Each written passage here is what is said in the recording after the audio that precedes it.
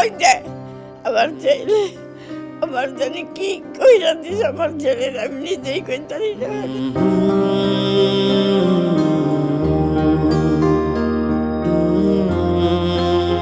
নিজের মা বাবাকে অবহেলার হাত থেকে বাঁচাতে গিয়ে নিজেই গড়ে তুলেন এক পরম মমতার আশ্রয়, অথচ এই মহৎ কাজ করতে গিয়ে খুঁয়েছেন চাকরি, খেটেছেন জেল, এমনকি প্রতারিত হয়েছেন আপন ভাইদের কাছে।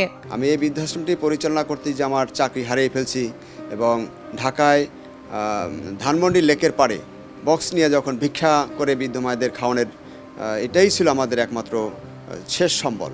সে সময় আমাকে ধানমন্ডি থানার এক এসআই উনি আমাকে ধরে নিয়ে গিয়ে থানা হাজতে 2 দিন রাখিল। এরপরে কোর্টে চালান দিয়ে দেওয়ার পরে আমি ওখান থেকে জামিনে মুক্তি পেয়ে যাই। আমি এর গতিকে আমি পাইছি,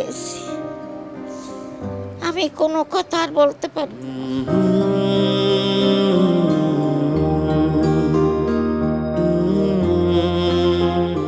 বলছি বরিশালের সাখাওয়াত হোসেনের কথা।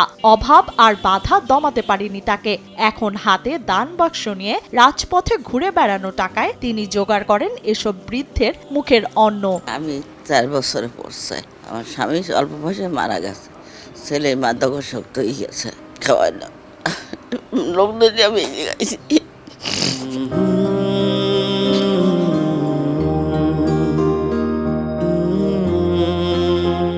বিভিন্ন স্কুল, কলেজ, মার্কেটে এবং কেনাকাটার যে সমস্ত স্পটগুলো সেখানে আমি সাহায্য চেয়ে এই রকমের বৃদ্ধ মায়েদেরকে আমি খাওয়াইয়া বাঁচিয়ে রেখেছি। আমার মা বাবাও বৃদ্ধাশ্রমে, আমার বৃদ্ধাশ্রমে, নূতন কোনো মায়েদের আমরা চাই না বৃদ্ধাশ্রমে থাকার জন্য।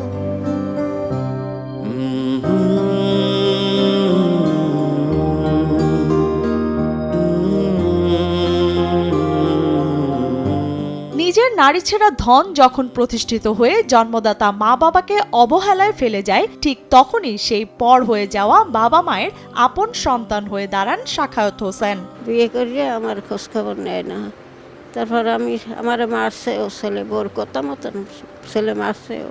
হ্যাঁ, আল্লাহতে কই এনি জানি আমার মৃত্যু হয়, এই পরিছিল কই জানি আমার মারি দেয়, আমি এই আল্লাহতে কই। আজকে আমার কাছে এখনো 60 জন বৃদ্ধ মায়েরা আছে যারা সন্তান। আউনিয়া হাউজিং এলাকা, এখানে পরম মমতায় এসব বৃদ্ধের ঠিকানা গড়ে তুলেছেন সাখাওয়াত হোসেন। পেশায় তিনি ছিলেন ঢাকার একটি শিক্ষা প্রতিষ্ঠানের কর্মচারী, কিন্তু 2014 সালে নিজের প্রতিষ্ঠিত ভাই বোনদের হাতে যখন জন্মদাতা বাবা মা অবহেলিত হতে শুরু করেন, তখন সেই কষ্ট সইতে না পেরে 2015 সালে প্রতিষ্ঠা করেন নিজের বৃদ্ধাশ্রম।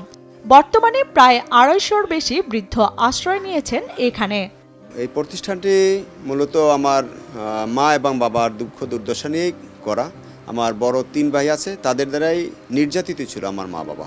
তখন আমি অনেক ছোট, বড় হয়ে চাকরি যখন করি তখন এই মাঝে মাঝে পত্রিকা দেখতাম সন্তানদের দ্বারা নির্যাতিত। সেইখান থেকে একটি উদ্যোগ নেই 2015 সালে অসহায় যে সমস্ত মায়েরা আছে এরকমের তাদের একটি বৃদ্ধাশ্রম করে দেওয়ার।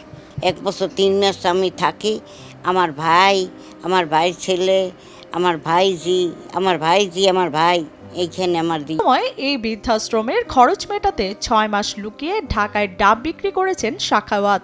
এখন তার দিন শুরু হয় এই দান বাক্স হাতে নিয়ে। সকাল 7টা থেকে রাত 10টা পর্যন্ত শহরের অলিতে গলিতে হেঁটে টাকা তোলেন তিনি। অনেক সময় দেখা গেছে যে সাহায্য চাইতে গিয়ে আমাকে বেপরোয়াভাবে মানুষে মারধর করত।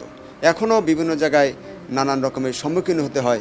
তারপরও আমার এখানে যে পর্যন্ত যে সমস্ত টাকা পয়সার প্রয়োজন, যতটা টাকা পয়সার প্রয়োজন ততটা সাহায্য আসে না।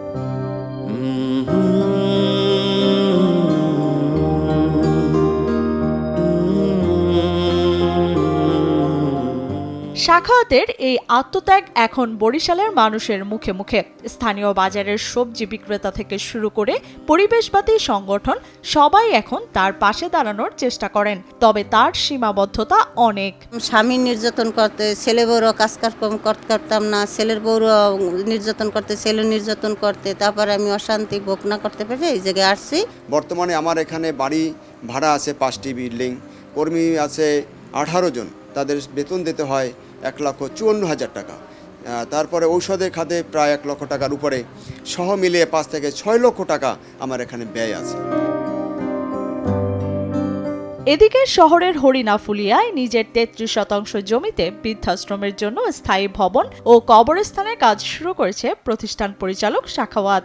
ভবিষ্যৎ পরিকল্পনা বলতে আমার নিজের জায়গা আছে 33%, সেটি সম্পূর্ণই আমি বৃদ্ধাশ্রমে দান করে দিয়েছি। ইতিমধ্যে 20% একটি জায়গা বৃদ্ধাশ্রমের কবরস্থানের জন্য এবং 13% একটি জায়গা সেটি বৃদ্ধদের স্থায়ী নিবাসের জন্য, এবং সেই সাথে আমার চাকরির জীবনে কিছু টাকা ছিল 20 লক্ষ টাকা, সেটি সম্পূর্ণ এই বৃদ্ধ মায়েদের স্থায়ী নিবাসে অলরেডি আমি ব্যয় করে বিল্ডিংয়ের কাজ শুরু করে দিয়েছি।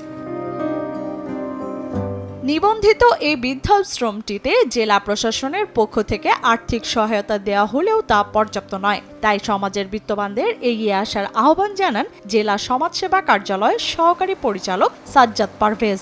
তাদের মাঝে মধ্যে আমরা খাবারের জন্য জিয়ারা চালের ব্যবস্থা করেছি, শীতবস্ত্রের ব্যবস্থা করেছি। এই যে যৎসামান্য তিনি যে পরিচালনা করেন সেই তুলনায় খুবই নগণ্য। তিনি আমি দেখেছি যে ঈদে কোরবানিতে মানুষের সহায়তা নিয়ে চলে।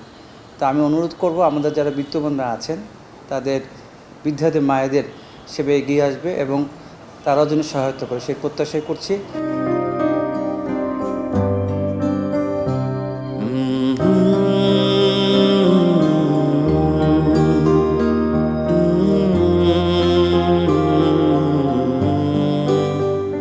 এদিকে সাখাওয়াতের স্বপ্ন সমাজের এই অবহেলিত মানুষগুলোর মুখে শেষ দিন পর্যন্ত হাসি ফুটিয়ে রাখা। আমি যেহেতু বৃদ্ধাশ্রম চালাই, কষ্ট সীমানাটা আমি বুঝি, নূতন করে যেন কোনো ভাইদের মা বৃদ্ধাশ্রমে থাকতে হয় না। তাদের কাছে আমার মিনতি থাকবে, হাতে পায়ে ধরে মিনতি থাকবে, তাদের মাকে বাবাকে যেন কোনোদিন বৃদ্ধাশ্রমে না পাঠায়। লিয়ানা শারমিন, সময় সংবাদ।